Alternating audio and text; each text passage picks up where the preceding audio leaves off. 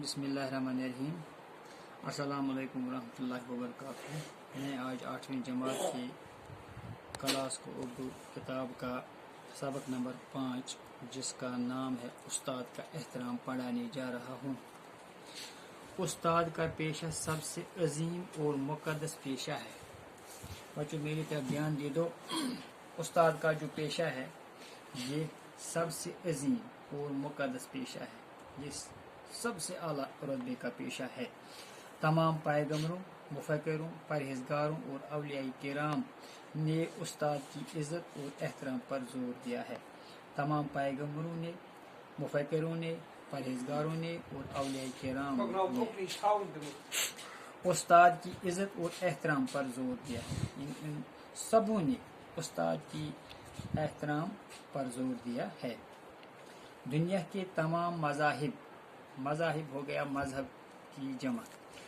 दुनिया के तमाम मज़ाहिब में इस पेशे की अजमत और बड़ाई को तस्लीम किया है। दुनिया के तमाम मजहबों ने इस पेशे की अजमत और बड़ाई को तस्लीम किया है। उस्ताद ही इंसान को बेखबरी के आलम से निकाल कर जान पहचान की दुनिया में लाता है। उस्ताद ही एक वाहिद फर्द है जो एक इंसान को बेखबरी के आलम से निकाल कर जान पहचान की दुनिया में लाता है।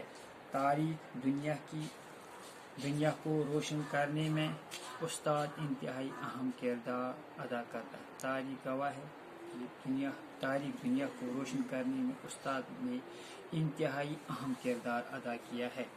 कोई भी शख्स उस वक़्त तक दुनिया के ज़ाहिरी या बातिनी उलूम से आगाही हासिल नहीं कर सकता है।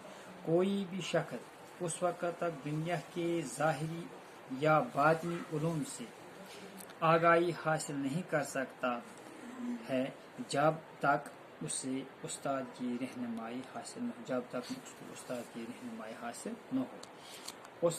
उस्ताद इंसान की तरबियत करके इसकी ज़िंदगी की तमाम नाहमवारियों को दूर करके इसके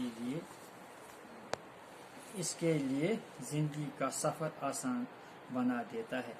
उस्ताद ही एक वाहिद शख्सियत है जो इंसान की